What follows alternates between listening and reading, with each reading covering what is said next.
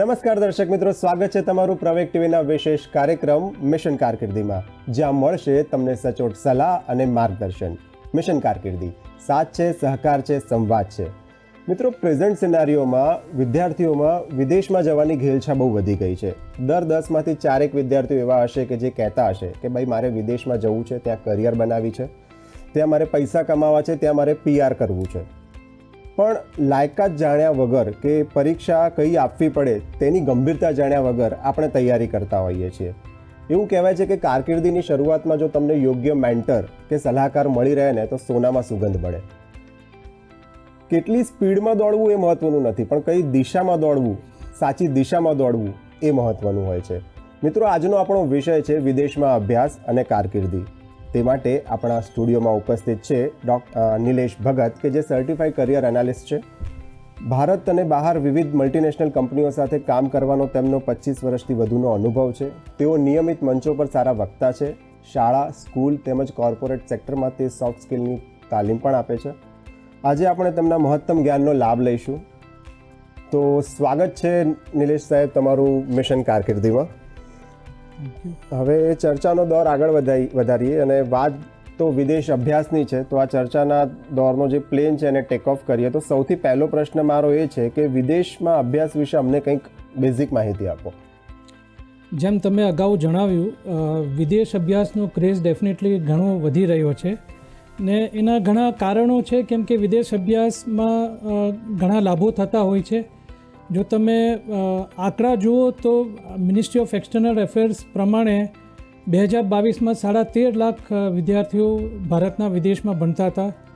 ગયા વર્ષે એમાં 7.5 લાખ નવો ઉમેરો થયો છે ને આ વર્ષે બી જો તમે પેપર વાંચતા હશો તો અમેરિકાએ અમુક 1.5 લાખ વિદ્યાર્થીઓને સ્ટુડન્ટ વિઝા આપ્યા છે. ને જે મેઇન કન્ટ્રીઝ છે જેમાં લોકો વધારે પ્રિફર કરે છે એ છે અમેરિકા, UK, ઓસ્ટ્રેલિયા, કેનેડા અને જર્મની. આ બધા દેશોમાં વધારે વિદ્યાર્થીઓ જાય છે. ને આપણે ભારતની વાત કરીએ તો મુખ્ય 5 રાજ્યો જે 50% વિદ્યાર્થીઓ મોકલે છે એમાં પંજાબ, આંધ્રપ્રદેશ, આપણું ગુજરાત, તમિલનાડુ અને કર્ણાટકા સાથે મહારાષ્ટ્ર. અચ્છા, એટલે આટલા બધા સ્ટેટ્સમાંથી વિદેશમાં ભણવા માટે કે કારકિર્દી બનાવવા માટે લોકો જતા હોય છે. તો હવે આના જે ફાયદા છે કે કયા કારણ, એવું તો શું કારણ હોય છે કે વિદેશ અભ્યાસમાં લોકો જતા હોય છે, તો એના ફાયદા જરા ડિસ્ક્રાઇબ કરીને જણાવશો. જેમ મેં કીધું, એના ઘણા ફાયદાઓ હોય છે. એક તો તમે વિદેશમાં કોઈક રેપ્યુટેડ યુનિવર્સિટી યા કોલેજમાંથી અભ્યાસ કરો તો એ તમારા કારકિર્દી માટે એક ચોક્કસ પ્લેન જે તમે કીધું ટેક ઓફ કરી શકે. એમના જે પગાર ધોરણ હોય યા એમની જે કંપનીનું સિલેક્શન હોય, ડેફિનેટલી એમાં ઘણો વધારો જોવા મળી શકે. સાથે સાથે વિદેશમાં જવું એટલે તમે એક નવા વાતાવરણમાં જાઓ છો, તો ત્યાં જે રીતે તમે ચેલેન્જીસને પ્રોબ્લેમ સોલ્વિંગ સ્કિલ્સ છે એ તમારી વધી જાય છે. તમે એક ગ્લોબલ સ્તરનું એજ્યુકેશન સાથે બી તમારો પરિચય થાય છે. સાથે સાથે તમે આજુબાજુના વિસ્તારોને એક્સપ્લોર કરી શકો. તમારી જે ભાષા છે, UK, US હોય તો ઇંગ્લિશ ભાષા, જર્મની હોય તો જર્મન ભાષા, એમાં તમારી લેંગ્વેજની કુશળતા બી તમે વધી શકે. એટલે વિદેશ જવાના ઘણા બધા ફાયદાઓ છે.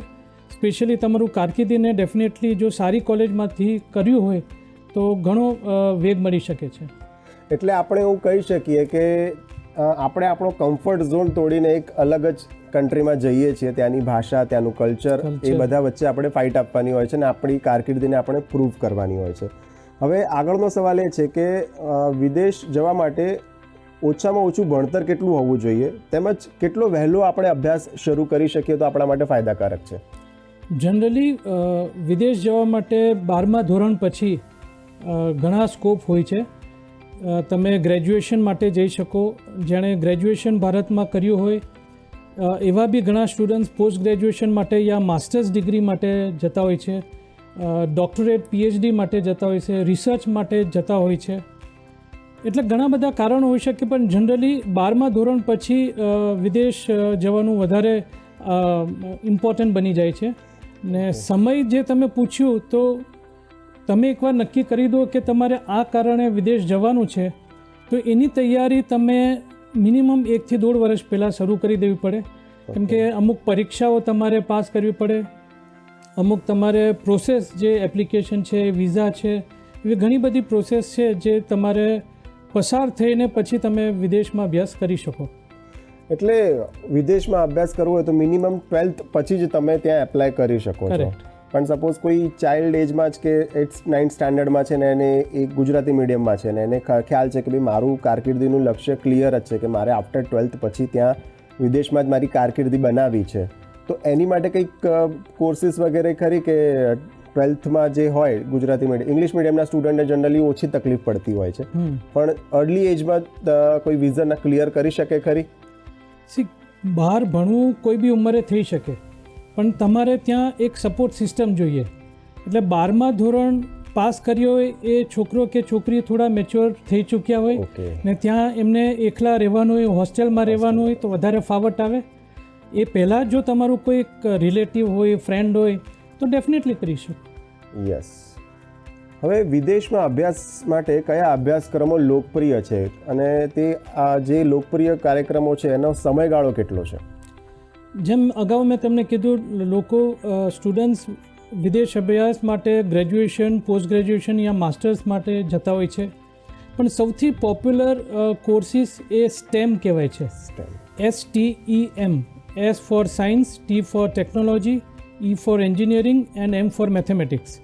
એટલે સ્ટેમ લગતા ઘણા બધા કોર્સિસ માટે સ્ટુડન્ટ્સ જતા હોય છે.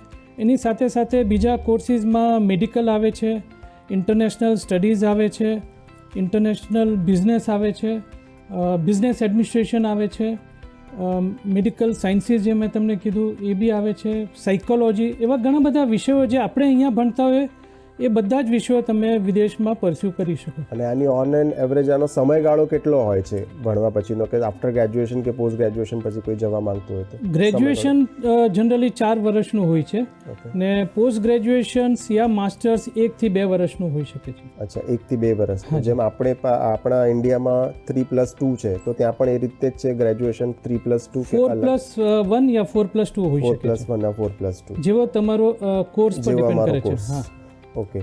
હવે આ બધા જ જે જતા હોય છે વિદેશમાં, તો એમાં કોલેજ, યુનિવર્સિટી કે જે કન્ટ્રી આપણે પસંદ કરતા હોઈએ છીએ તેનો આધાર શું હોય છે, કે કયા આધારે આપણે એની પસંદગી કરતા હોઈએ છીએ? આ એક બહુ જ ઇમ્પોર્ટન્ટ ક્વેશ્ચન છે. ખાલી વિદેશમાં કશું પણ ભણવું તમારો ધ્યેય ના હોવો જોઈએ.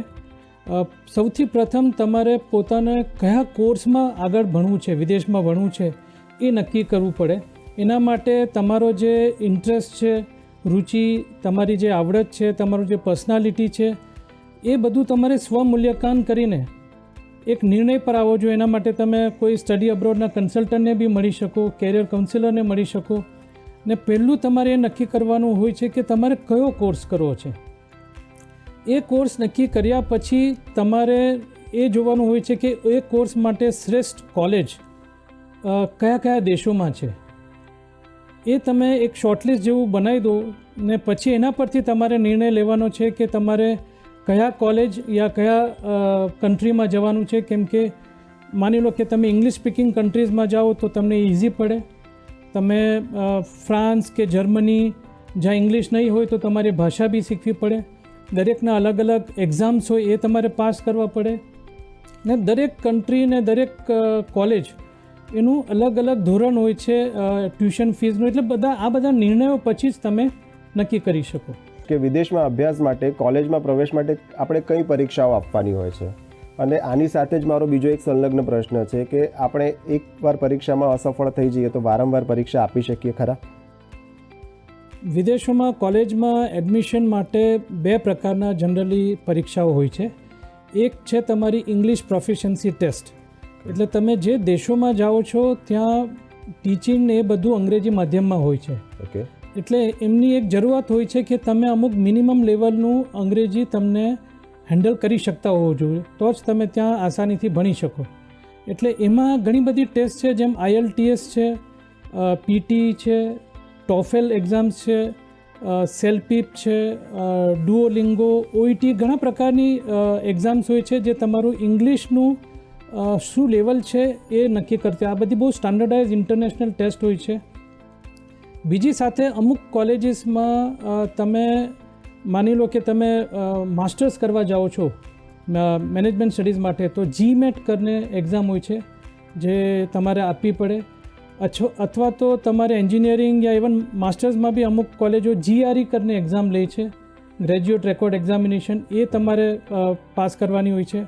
ને અંડર ગ્રેજ્યુએટ કોર્સીસ માટે સેટ ને ACT, અમેરિકામાં જાઓ તો અમેરિકન કોલેજ ટેસ્ટ ACT એ આપવાની રહે છે. એટલે અલગ અલગ કોલેજીસમાં તમે જ્યારે એપ્લિકેશન ફોર્મ જોશો તેમાં નિર્ધારિત કરેલું હોય કે તમને કઈ ટેસ્ટ આપવાની છે ને એમાં તમારો શું સ્કોર મિનિમમ હોવો જોઈએ.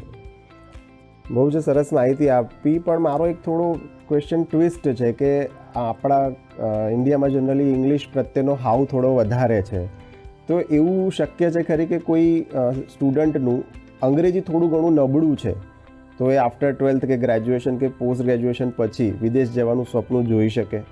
ચોક્કસ જોઈ શકે. એવું કશું જ હોતું નથી કે જે તમે ટ્રેનિંગ દ્વારા એને એક્સપર્ટાઇઝ નહીં લઈ શકો. એટલે જો ઇંગ્લિશ કાચું હોય તો એના ઘણા બધા કોચિંગ ઇન્સ્ટિટ્યૂટમાં એ ટ્રેન થઈ શકે. ને આ બધા જે ટેસ્ટ છે એનો સ્કોર, જેમ ઇંગ્લિશ ટેસ્ટનો સ્કોર 2 વર્ષ માટે વેલિડ હોય છે, GMAT GRE નો 5 વર્ષ માટે વેલિડ હોય છે, ને આ તમે પાછી બી આપી શકો.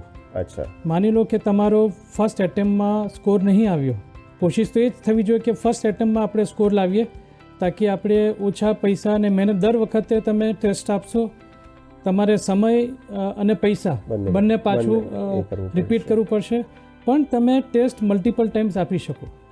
એટલે ટેસ્ટની કોઈ મર્યાદા નથી કે આટલી જ એટેમ્પ્સ તમે આપી શકો, એવી કોઈ મર્યાદા નથી. તમે મલ્ટિપલ ટાઈમ્સ આપી શકો છો ને તમને day by day, exam by exam grow કરીને તમે તમારું સ્વપ્ન સાકાર કરી શકો છો. એટલે અશક્ય જેવું કશું નથી. ઇંગ્લિશનો હાવ રાખવાનો બિલકુલ જરૂર નથી. ઇંગ્લિશ ના આવડતું હોય છતાં પણ તમે એમાં જશો તો તમે એમાં સફળ કારકિર્દી બનાવી શકશો. પણ કોશિશ એવી કરવી જોઈએ કે આપણે બરાબર રેડી થઈ જઈએ ને ફર્સ્ટ એટેમ્પમાં જ એ ક્રોસ કરી દેવી જોઈએ. હા, એટલે આવું કહી શકીએ કે ભાઈ અર્લી એજમાં જો તમને ખ્યાલ આવી જાય કે ભાઈ મારે જવું છે ને મારું અંગ્રેજી કાચું છે, તો 12th પછી ક્લાસીસમાં કે એમાં કોઈ પરફેક્ટ ગાઈડન્સ લો, એના પહેલાં જ હું કોઈ ગાઈડન્સ લઈને એ રસ્તા ઉપર હું આગળ વધી શકું. હવે આ વિદેશમાં અભ્યાસ માટે એમ કહીએ છીએ કે કોઈ પણ વસ્તુ હોય મોનેટરી આસ્પેક્ટ સાથે જ જોડાયેલી હોય છે, તો આ વિદેશ અભ્યાસ માટે અંદાજિત ખર્ચ શું હોય છે? આ બી એક બહુ મહત્ત્વનું રીઝન હોઈ શકે તમારું વિદેશ ભણવા જવાનું કે નહીં જવાનું. કેમ કે આશરે તમે જો એવરેજ 15 લાખ વાર્ષિક ખર્ચથી શરૂ થતું હોય છે ને તમારી ઘણી બધી કોસ્ટ હોય છે. જેમ તમે આજે નક્કી કર્યું કે તમારે વિદેશ ભણવા જવું છે, એટલે પહેલાં જેમ મેં તમને કીધું, તમારે ઇંગ્લિશની ટેસ્ટ, એની કોચિંગ ને એની એક્ઝામ ફી, એ તમારો કોસ્ટ આવી શકે. પછી જે સ્ટાન્ડર્ડ ટેસ્ટ છે માસ્ટર્સ, જેમ GMAT GRE યા સેટ ACTની તમારી કોચિંગ ને એની ટેસ્ટ આવી શકે, એક્ઝામિનેશન ફી આવી શકે. પછી તમારે એ એપ્લિકેશન ફી હોય, કોલેજમાં આપતી વખતે એપ્લિકેશન ફી તમારે ભરવી પડે. એપ્લિકેશન ફી ભર્યા પછી જો તમારું એડમિશન કન્ફર્મ થાય તો તમારે ત્યાંની ટ્યુશન ફી ભરવી પડે. ટ્યુશન ફી ભરવાની સાથે તમારે વિઝાની તૈયારી કરવી પડે. એટલે આપણે વિઝાના ચાર્જિસ હોય, વિઝાની કોઈ એજન્સી હોય તો એના બી ચાર્જિસ હોય. વિઝા તમારું કન્ફર્મ થઈ જાય એના પછી તમારે ત્યાં ફ્લાઇટ ટિકિટ્સ, ટૂરની ટિકિટ્સ હોય, ત્યાં લિવિંગ કોસ્ટ જે આપણે કહીએ છીએ, ખાવાનાની ને એકોમોડેશન, રહેવાની સગવડતાની કોસ્ટ હોય છે. અમુક મેડિકલ ટેસ્ટ પહેલાં આપવી પડે છે, હેલ્થ ઇન્સ્યોરન્સ કમ્પલસરી છે. એટલે આ બધી કોસ્ટ તમે ભેગી કરો તો આશરે 15 થી 20 લાખ પ્રતિ વર્ષની એવરેજ એ તમારું બેઝડ ઓન. પછી કોલેજ કઈ છે, અમુક સારી કોલેજીસમાં વધારે ટ્યુશન ફી હોય છે, અમુક જગ્યાએ ઓછી હોય છે. એટલે તમારો મોનેટરી આસ્પેક્ટ બહુ જ ક્લિયર હોવો જોઈએ અને પૈસાની સગવડ કે જે કંઈ બી હોય એ તમારું વ્યવસ્થિત ક્લિયર હોવું જોઈએ, પછી જ તમારે આમાં જમ્પ લાવવું જોઈએ. હવે મોનેટરી આસ્પેક્ટ દર વખતે એવું જરૂરી નથી હોતું કે આપણે જાતે જ ફૂલફિલ કરીએ. દરેક માણસ એક મિડલ ક્લાસ, લોઅર મિડલ ક્લાસથી આગળ આવતો હોય છે, એ પણ સ્વપ્ન જોતું હોય છે વિદેશ જવાનું. તો હવે આ વિદેશના અભ્યાસ માટે એજ્યુકેશન લોનની કોઈ સુવિધા ખરી? ચોક્કસ. જેમ આપણે ઇન્ડિયાની કોલેજીસમાં એજ્યુકેશન લોનની સુવિધા હોય છે, તેમ વિદેશ જવા માટે બી એજ્યુકેશન લોન તમે મેળવી શકો. એમાં સરકારી ઘણી સ્કીમ્સ બી છે જેમાં તમે તમારા અગર આર્થિક રીતે તમે નબળા હો ને તમારે વિદેશ જવું હોય તો તમને અમુક અમાઉન્ટ સુધી 10 લાખ 15 લાખ સુધીની તમને એજ્યુકેશન લોન મળી શકે, સાથે ઇન્ટરેસ્ટ સબસિડી સાથે બી હોય છે. અચ્છા. ને બીજા જે સ્ટુડન્ટ્સ હોય એ તો બધી જે ગવર્મેન્ટ પબ્લિક સેક્ટરની બેંક્સ છે, પ્રાઇવેટ બેંક્સ છે, પછી નોન બેન્કિંગ ફાઇનાન્સ કંપની છે, બધે જ તમને એજ્યુકેશન લોન મળી શકે. એના માટે એક પ્રોસેસ તમારે ફોલો કરવાની રહે છે. સરસ. એટલે શક્યતા છે કે એજ્યુકેશન ચોક્કસ. લોન સાથે પણ તમે તમારી કારકિર્દીને સફળતા સુધી લઈ જઈ શકો છો. હવે આ વિદેશમાં અભ્યાસ માટે કોઈ સ્કોલરશિપ કે શિષ્યવૃત્તિની જોગવાઈઓ ખરી? ચોક્કસ. એ બી એક બહુ મોટું સપોર્ટ બની શકે છે જે આર્થિક રીતે નબળા હોય. એટલે ઘણી બધી સ્કોલરશિપ્સ ઇન્ડિયન ગવર્મેન્ટ થ્રુ બી તમને મળી શકે. ને એ સ્કોલરશિપનો અમાઉન્ટ અલગ અલગ હોય છે. જે કન્ટ્રી સ્પેસિફિક અમુક હોય છે, અમુક કોર્સને લગતા સ્કોલરશિપ હોય છે. એટલે ઘણી તમને સ્કોલરશિપ તમે સ્ટડી કરો યા કન્સલ્ટન્ટને મળો તો તમને એમાં વધુ માર્ગદર્શન આપી શકે. પણ ચોક્કસ તમારું શૈક્ષણિક બેકગ્રાઉન્ડ સારું હોય અને જે કોલેજમાં તમે એડમિશન મેળવતા હોય એ બી પ્રતિષ્ઠિત હોય તો તમે ડેફિનેટલી સ્કોલરશિપ મળી શકે. એટલે સ્કોલરશિપની શક્યતા ખરી. હવે અમુક વખતે મેં જોયું છે, પેપરમાં એડ આવતી હોય છે કે રિક્ષા પાછળ કે આપણે હું જતો હોઉં છું ત્યારે બોર્ડ્સ લાગેલા હોય છે કે IELTS એક્ઝામ વગર કે કોઈ પણ એક્ઝામ વગર તમે વિદેશમાં જાઓ અને તમારી કારકિર્દી બનાવો. તમને ઓછા બેન્ડ હોય તો પણ વાંધો નથી, અમે તમને ત્યાં સુધી લઈ જઈશું અને તમારી કારકિર્દીમાં તમને સફળતા અપાઈશું. હવે આ વસ્તુમાં તથ્ય કેટલું કે વગર એક્ઝામે આપણે ત્યાં જઈ શકીએ ખરા? જેમ કોઈ બી બિઝનેસ હોય ત્યાં ઘણા ટાઈપના પ્લેયર્સ હોય છે. એટલે આ એક સરસ ક્વેશ્ચન છે. હું જાતે બી જોઉં છું આવા બધા ઘણી વખત એવું હોય છે કે ભાઈ તમે એક્ઝામ ના આપો અને અમે તમને લઈ જઈશું. સો મેની એડવર્ટાઇઝમેન્ટ હોય છે અને આમાંથી આપણે જોઈએ તો 100માંથી 10 જણા તો ફસાઈ જ જતા હોય છે. તો એની માટે કોઈ સચોટ માર્ગદર્શન આપો કે આવું કંઈ હોય છે કે નથી હોતું? આમાં તમારું ઇંગ્લિશ મીડિયમનું જો બેકગ્રાઉન્ડ હોય તો અમુક જગ્યાએ IELTS યા ઇંગ્લિશ પ્રોફિશિયન્સી તમે ઇંગ્લિશ મીડિયમ સ્કૂલમાં ભણ્યા હોય તો ત્યાં એ થોડું કોમ્પ્રોમાઇઝ થઈ શકે.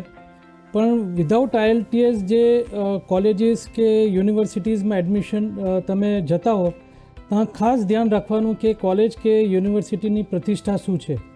કેમ કે ઘણી વખત જેમ તમે કીધું એવું બનતું હોય છે કે એડમિશન બી મળી જાય, કોલેજ બી એ કરી લે, પણ ત્યાં જઈને કંઈક એની ધારણા મુજબ કોલેજ યા ત્યાં શિક્ષણ હોતું નથી.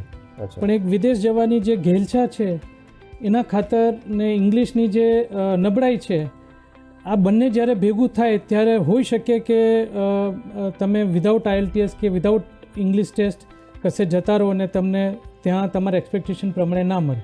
તો થોડું સાચવીને ને એના માટે સારા કન્સલ્ટન્ટ ને કાઉન્સિલરને હંમેશા સંપર્ક કરવો.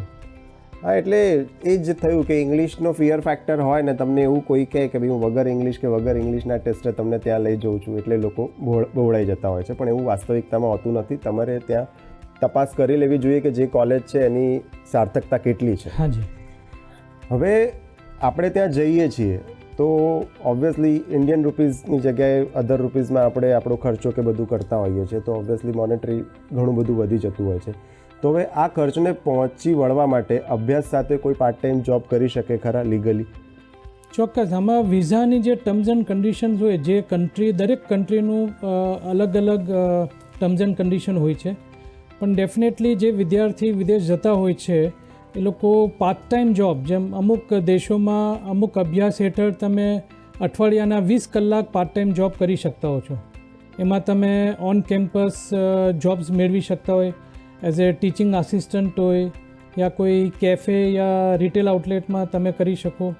તો પાર્ટ ટાઈમ જોબની ટર્મ્સ એન્ડ કન્ડિશન તમારા જે કોર્સ છે અને વિઝા પ્રમાણે તમે કરી શકો ને તમારું ત્યાંના જે ખર્ચો છે યા પોકેટ મની જે આપણે કહીએ છીએ એ ડેફિનેટલી તમને સપોર્ટ મળી રહી શકે.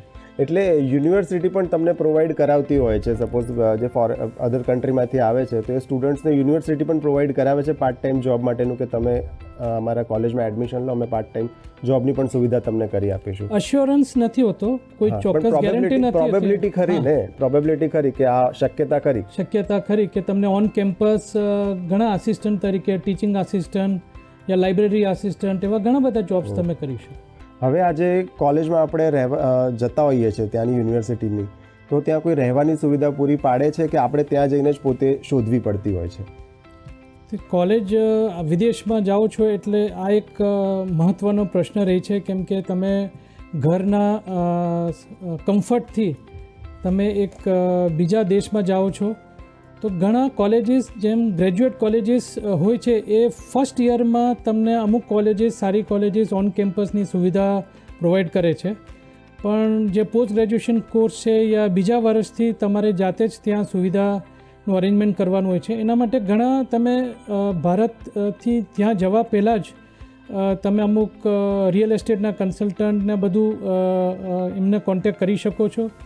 અલગ અલગ ટાઈપના એકોમોડેશનના સુવિધા હોય છે. અમુક ડોરમિટરીસ કરીને હોય છે, જ્યાં તમે એક મોટા હોલમાં ઘણા બધા બેડ્સને એક સાથે સ્ટુડન્ટ્સ રહી શકે. એ થોડું કોસ્ટ ઇફેક્ટિવ હોય છે. પછી એપાર્ટમેન્ટમાં જેમ અહીંયા ફ્લેટ હોય એ રીતે બી તમે લઈ શકો.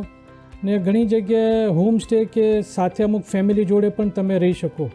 પણ ડેફિનેટલી તમારે પોતાની જાતે જ સુવિધા પહેલાં કરવી જોઈએ. ખાલી જો ફર્સ્ટ તમે ગ્રેજ્યુએશનમાં હો તો ફર્સ્ટ યરમાં કોલેજ તમને અમુક કોલેજીસ પ્રોવાઈડ કરી શકે છે. અચ્છા, એટલે ગ્રેજ્યુએશન્સમાં પ્રાઇમરી લેવલે તમને એકોમોડેશન મળતું હોય પહેલા વર્ષમાં. હવે આ આટલું બધું આપણે કર્યું, વિદેશમાં ગયા, ત્યાં રહ્યા, ભણ્યા, હવે એમાં નોકરીની ગેરંટી શું? હવે ત્યાં નોકરી શોધવા માટે પાછું ફરવું પડે છે કે થોડું એશ્યોરન્સ હોય છે? નોકરીની એઝ સચ કોઈ બી કોલેજ યા યુનિવર્સિટી ગેરંટી નથી આપતા. આપણા ઇન્ડિયામાં જેમ કેમ્પસ પ્લેસમેન્ટ થતું હોય છે એ રીતે ત્યાં બી જે પ્રતિષ્ઠિત કોલેજીસ હોય છે, જે એટલે જ હંમેશા ધ્યાન રાખવાનું કે તમે જે કોલેજમાં એડમિશન લો છો એનું બેકગ્રાઉન્ડ કેવું છે, એનું રેટિંગ કેવું છે, એ વ્યવસ્થિત હોય તો એ લોકોના ઘણા કંપની, લોકલ કંપનીઓ જોડે ટાઈપ્સ હોતા હોય છે ને એ લોકો એક પ્લેટફોર્મ તમને પ્રોવાઈડ કરે કે જ્યાં કંપનીવાળા જોડે તમે મુલાકાત કરી શકો ને જો જરૂરત હોય એ પ્રમાણે કંપનીવાળા તમને જોબ ઓફર કરી શકે. પણ જો તમે કોઈ બી કોલેજ યા યુનિવર્સિટીમાં એડમિશન ખાલી વિદેશ ભણવા માટે લઈ લીધું તો બની શકે કે તમને જોબ ના મળે ને તમારે પાછું ભારત આવીને શોધવું પડે. એટલે સપોઝ મારી કારકિર્દી પૂરી થઈ ગઈ, મારે પોસ્ટ ગ્રેજ્યુએશન કે ગ્રેજ્યુએશન કરવું છે, ત્યાં કમ્પ્લીટ થઈ ગયું, તો એના પછી હું નોકરી શોધવા માટે ત્યાં રહી શકું ખરો? એ જે વેક્યુમ હોય એમાં? હા, એ ચોક્કસ વિઝા કન્ડિશનનો એક ભાગરૂપ છે, જ્યાં તમને પોસ્ટ સ્ટડી વર્ક વિઝા આપવામાં આવે છે. અલગ અલગ દેશનું અલગ અલગ ટાઈમ પીરિયડ હોય છે. કોર્સ ને દેશ બંને પ્રમાણે કશે 1 વર્ષ, કશે 2 વર્ષ, કશે 3 વર્ષ બી તમને રહી શકો છો ને જોબ શોધી શકો છો. હવે વિદેશમાં અભ્યાસ માટે અરજી અને વિઝા માટે કયા દસ્તાવેજોની જરૂર પડે છે? કોઈ બી કોલેજના એપ્લિકેશન જેમ અહીંયા બી ઘણા બધા ડોક્યુમેન્ટેશન હોય છે ને વિદેશમાં જવાનું છે એટલે અમુક નવા ડોક્યુમેન્ટ્સ, જેમ તમારે એકેડેમિક ટ્રાન્સક્રિપ્ટ્સ જોઈએ. એકેડેમિક ટ્રાન્સક્રિપ્ટ એટલે તમારી માર્કશીટ, એટલે તમારી કોલેજ સીધા એ યુનિવર્સિટીને એટેચ કરીને આપશે કે આ વિદ્યાર્થીની આ માર્કશીટ છે. સાથે તમારે લેટર ઓફ રેકમેન્ડેશન જોઈએ. તમારા કોલેજના જે પ્રોફેસર હોય યા સ્કૂલના શિક્ષક હોય એ રેકમેન્ડેશન લેટર 2 કે 3 ડિપેન્ડિંગ અપોન કઈ કોલેજ યા યુનિવર્સિટી હોય એ પ્રકારે તમારે આપવા પડે. એની સાથે તમારે સ્ટેટમેન્ટ ઓફ પર્પઝ, અમુક સારી કોલેજીસમાં તમારે સ્ટેટમેન્ટ ઓફ પર્પઝ SOP જેને કહે છે એ આપવું પડે. એમાં તમારે એ દર્શાવવું પડે કે તમે શું કામ આ કોર્સ લેવા માંગો છો ને શું કામ અમારા કોલેજ યા યુનિવર્સિટીમાં એ કરવા માંગો છો. એની સાથે સાથે બીજા ડોક્યુમેન્ટ્સમાં તમારું પર્સનલ સ્ટેટમેન્ટ, જે એસે જેને કહેવાય છે, જે તમારા વિશે આખું જણાવેલું હોય છે. આપણા બાયોડેટા પ્રમાણે CV જેમ જ તમે ત્યાં આપી શકો. એની સાથે સાથે એપ્લિકેશન ફોર્મ હોય છે, ઓનલાઈન એપ્લિકેશન ફોર્મ હોય છે. તમારા ટેસ્ટના વિવિધ ટેસ્ટ જે મેં તમને આગળ જણાવ્યું એના સ્કોર્સ હોય છે. તમારા એજ્યુકેશન ડિગ્રી સર્ટિફિકેટ્સ બી તમારે આપવા પડે છે. સાથે સાથે મેડિકલ ટેસ્ટ હોય યા ઓફર એક્સેપ્ટન્સ લેટર હોય, એ બધા ડોક્યુમેન્ટ્સ તમારે આપવા પડે છે. હવે આ આખી આપણે ચર્ચા કરી, હવે ટૂંકમાં મને એટલું સમજાવી દઈએ આપણે કે વિદેશ અભ્યાસ માટેની આ અરજી પ્રક્રિયા શું હોય છે, એક સામાન્ય માણસને સમજવી હોય તો. સૌથી પ્રથમ તમારે એ નક્કી કરવાનું હોય છે કે તમે વિદેશ અભ્યાસ કરવા કેમ જવા માંગો છો. એ તમે જેમ આગળ કીધું એ સ્વમૂલ્યાંકન કરીને કોઈ કન્સલ્ટન્ટ યા કાઉન્સિલરને મળીને એકવાર તમે નક્કી કરી લો કે તમારે વિદેશ અભ્યાસ કરવા જવું છે, પછી 1-1.5 વર્ષની આખી આ પ્રોસેસ હોય છે, જેમાં તમે આ ઇંગ્લિશ ટેસ્ટ યા બીજી સ્ટાન્ડર્ડ ટેસ્ટ તમારે કોચિંગને એ આપવાની રહે છે. એ પત્યા પછી તમારે કોલેજની એપ્લિકેશન કરવાની રહે છે. કોલેજના અલગ અલગ કાર્ડ દરમિયાન સપ્ટેમ્બર, મે અલગ અલગ ટાઈમના એડમિશન્સ હોય, એની અમુક એપ્લિકેશનનો ટાઈમ એ પ્રમાણે એપ્લિકેશન કરી લેવી પડે છે. એ એપ્લિકેશન થયા પછી તમારે જે ઓફર આવે એ ઓફર એક્સેપ્ટ કરીને તમારે ફંડનું એક પ્રૂફ બી તમારે એ પહેલાં બતાવવું પડે કે તમે આ વિદેશ અભ્યાસનું કેવી રીતે ખર્ચો તમે મેળવી શકો છો. એટલે તમારે બેંક સ્ટેટમેન્ટ હોય યા એજ્યુકેશન લોન હોય એ તમારે આપીને પછી તમારે એકવાર ઓફર એક્સેપ્ટ થઈ જાય પછી વિઝાની પ્રોસેસ તમારે કરવી પડે. વિઝા તમને મળી જાય એટલે તમારે ત્યાંનું રહેવાની સગવડ કરીને ટિકિટ્સ ને મેડિકલ ઇન્સ્યોરન્સ ને એ બધું લઈને પછી ફાઇનલી બેક પેક કરીને તમે જઈ શકો. બહુ જ સરસ અને વિસ્તૃત માહિતી આપણે આપી. અમે આશા રાખીએ છીએ કે આ માહિતી આપને કારકિર્દી ઘડતર રૂપમાં મદદરૂપ થશે. ભગત સાહેબ, આપનો ખૂબ ખૂબ આભાર કે આપ અમારા કાર્યક્રમમાં આવ્યા અને આટલું સરસ માર્ગદર્શન આપણને અમને પૂરું પાડ્યું. મિત્રો, જતાં જતાં એટલું જ કે પુરુષાર્થ, પ્રાર્થના અને પ્રતીક્ષાનો ત્રિવેણી સંગમ હશે તો કારકિર્દી કોઈ પણ હશે, તમને સફળતા ચોક્કસ મળશે. મિશન કારકિર્દી સાથ છે, સહકાર છે, સંવાદ છે. એક નવા વિષય સાથે ફરી મળીશું. ત્યાર સુધી રજા આપશો. નમસ્કાર.